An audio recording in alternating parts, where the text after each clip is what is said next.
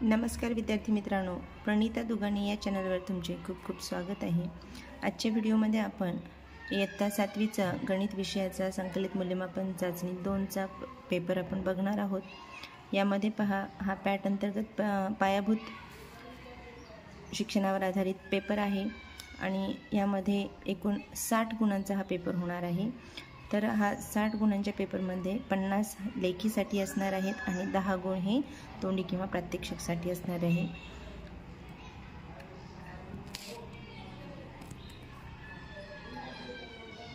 इथे पहा, आपण आजच्या व्हिडिओमध्ये सर्व प्रश्न डिटेलमध्ये बघणार आहोत, त्यामुळे व्हिडिओ कुठेही स्किप न करता पूर्ण व्हिडिओ बघायचा आहे आणि व्हिडिओ आवडल्यास व्हिडिओला लाईक शेअर करा आणि चॅनलला सबस्क्राईब करा। व्हिडिओला सुरुवात करूया। इथे पहा, लेखी चाचणीमध्ये सूचना दिलेली आहे। सर्व प्रश्न अनिवार्य आहेत आणि बहुपर्यायी प्रश्नातील अचूक उत्तराचा पर्याय क्रमांक दिलेल्या चौकटीत लिहायचा आहे। प्रश्न 3पासून इथे लेखी चाचणीला सुरुवात झालेली आहे। खाली दिलेली संख्या अक्षरात लिहायची आहे। 8,72,540 हे अक्षरात लिहायचं आहे। नंतर संख्या अंकात लिहायची आहे। हे तुम्ही 7वीचे विद्यार्थी असल्यामुळे तुम्हाला फार सोपं जाणार आहे। तर पहा, संख्या विस्तारित रूपात लिहायचं आहे। लक्षपर्यंतची संख्या आहे। त्यानंतर ड प्रश्न आहे। पहा आपला, बेरीज करा। बेरीज करामध्ये 4,59,000 बेरीज करामध्ये 45,917 अधिक 8,267 याची बेरीज येणार आहे 54,184। त्यानंतर वजाबाकीमध्ये 65,039 वजा 13,278 यांची वजाबाकी आहे 51,761। यानंतर पुढचा प्रश्न, गुणाकार कर।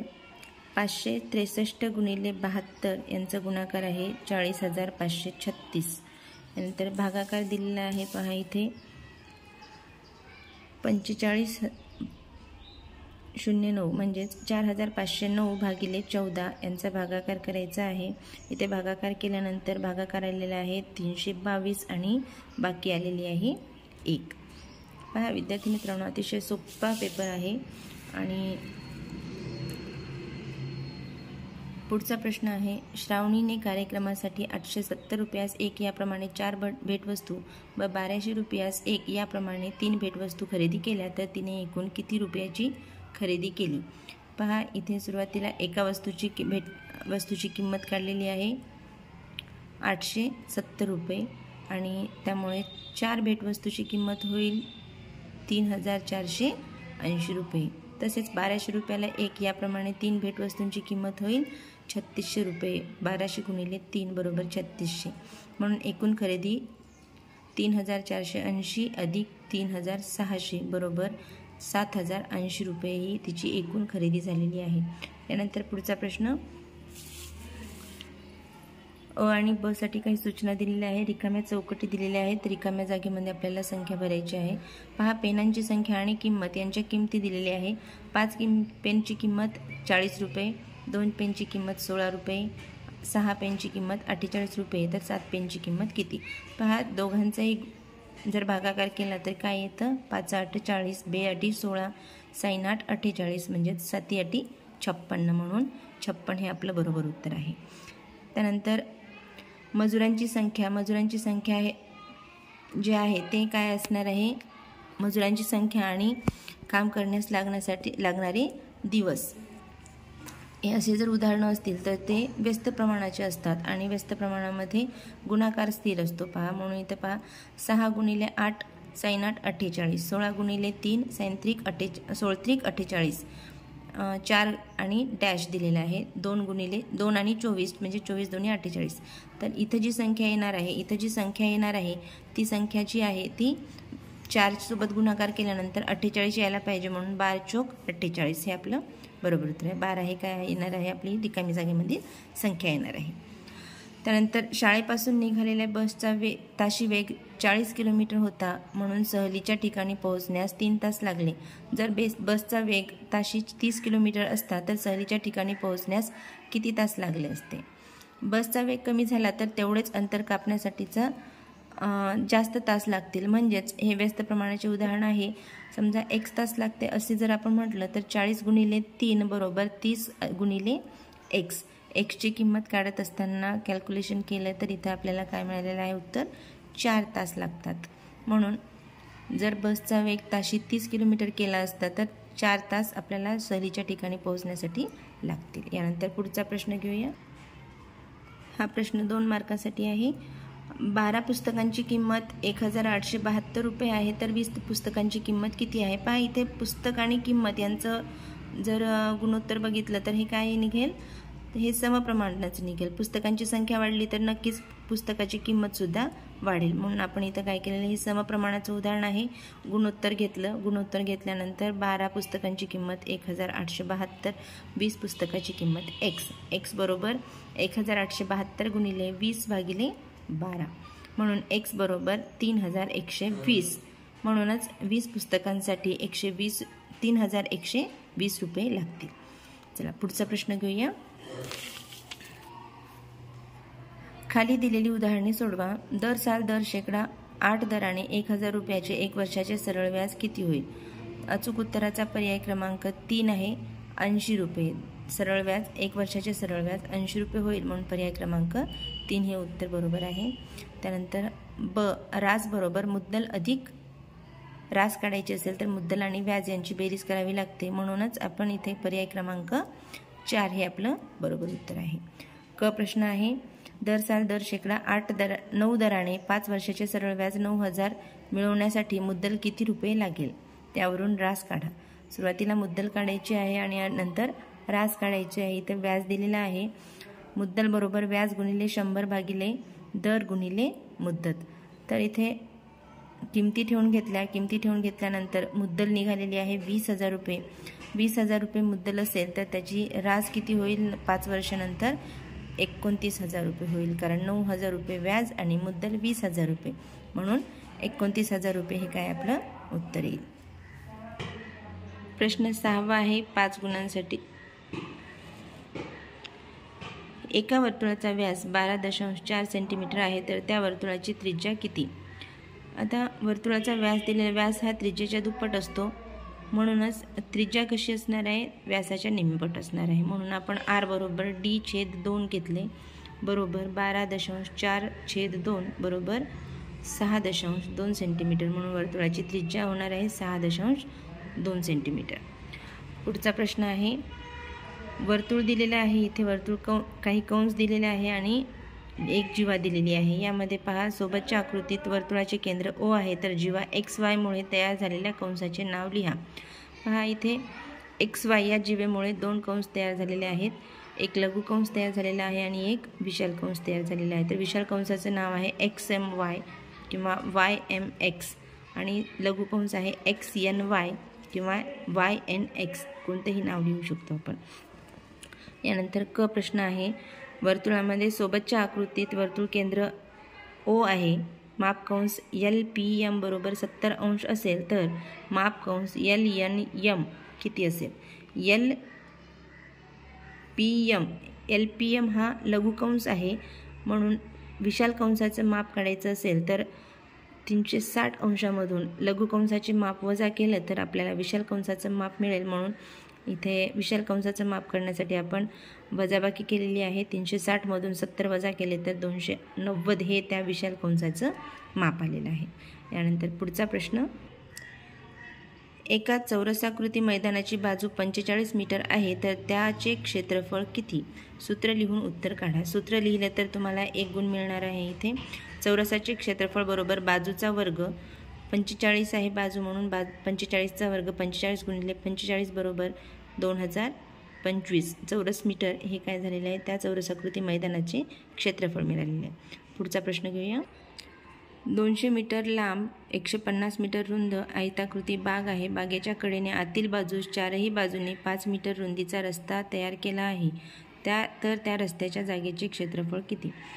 तर पहा इथे 200 मीटर लांब आणि 150 मीटर रुंद अशी आयताकृती बाग आहे. मधून काय केलेलं आहे? याचं रस्ता केलेला आहे. आतील बाजूने रस्ता केलेला आहे. पहा इथे ही जी बाजू दिलेली जागा दिलेली आहे हा काय आहे? रस्ता आहे. इथे 5 सेंटीमीटर, इथे 5 सेंटीमीटर आणि इथं 5 मीटर असे चारही बाजूने 5-5 सेंटीमीटर जागा सोडलेली आहे. तर त्या जागेचे क्षेत्रफळ काढायसाठी आपल्याला काय करावं लागणार आहे, सुरुवातीला बाहेरील आयताचे क्षेत्रफळ आणि नंतर आतील आयताचे क्षेत्रफळ काढून घ्यायचं आहे आणि दोघातील फरक काढला तर आपल्याला रस्त्याचे क्षेत्रफळ मिळून जाईल. म्हणून इथे पहा मी आतील आयताचे क्षेत्रफळ काढले. आतील आयताची लांबी आणि रुंदी काढण्यासाठी 10-10 वजा केले मी इथे.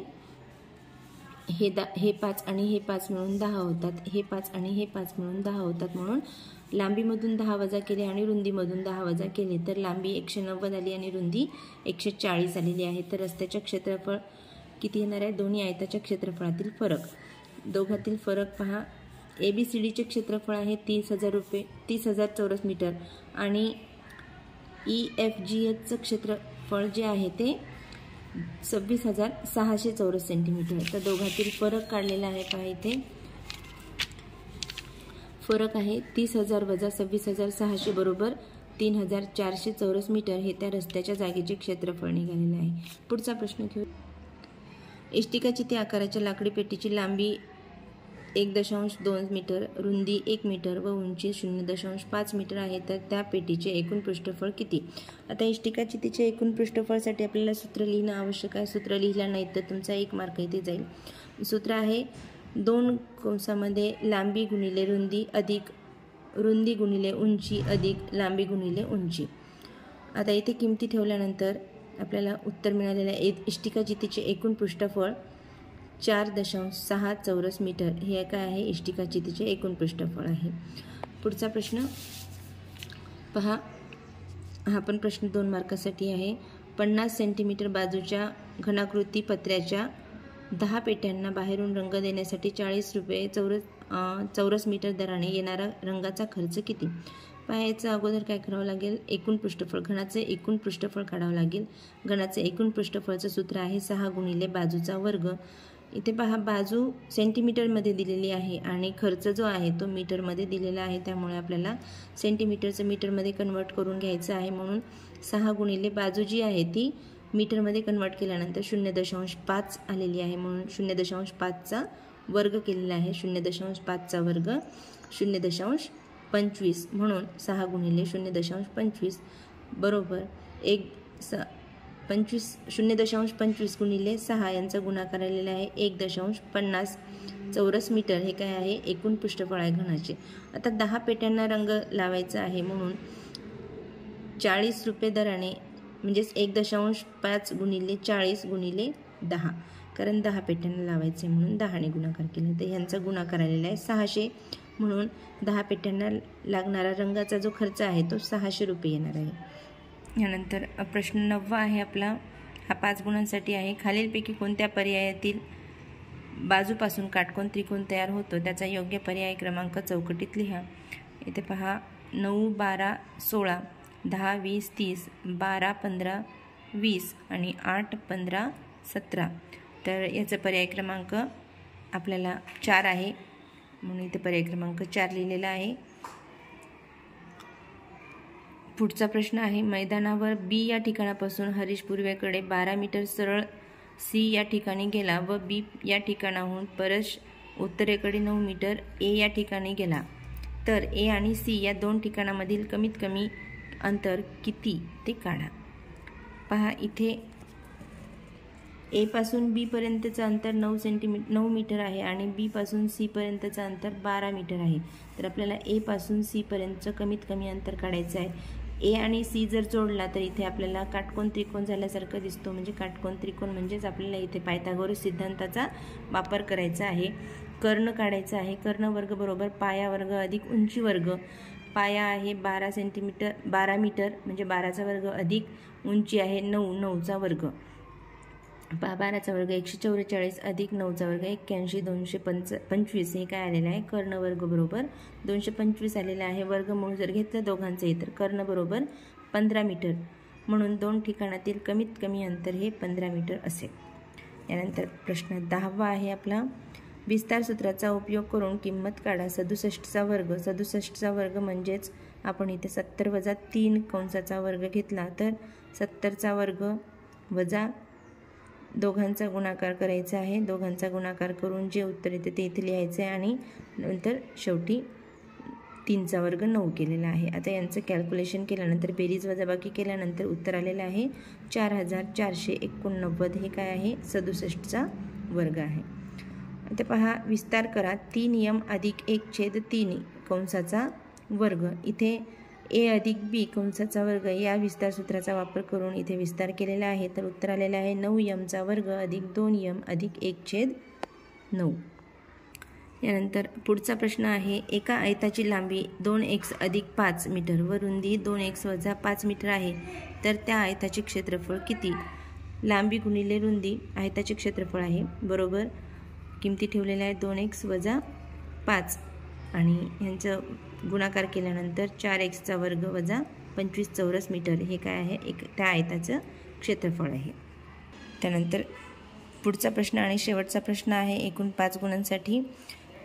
एका वर्गातील 30 विद्यार्थ्यांना 10 पैकी मिळालेले गुण पुढील प्रमाणे आहे. त्यावरून वारंवारता सारणी तयार करा.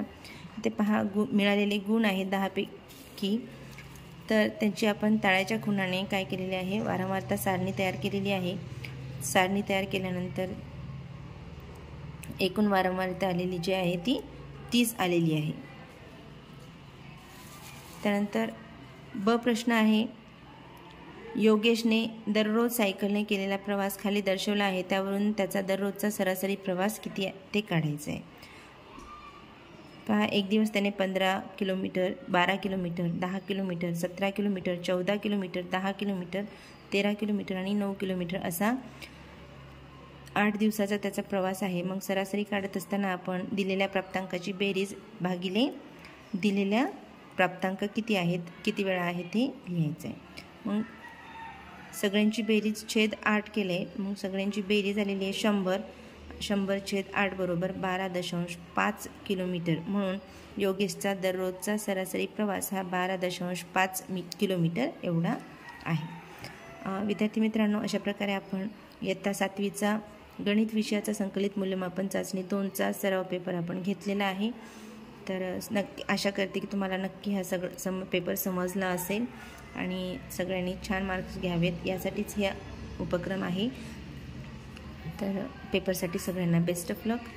आणि व्हिडिओ आवडल्यास व्हिडिओला लाईक करा, शेअर करा आणि चॅनलवर नवीन असाल तर चॅनलला सबस्क्राईब करा. धन्यवाद.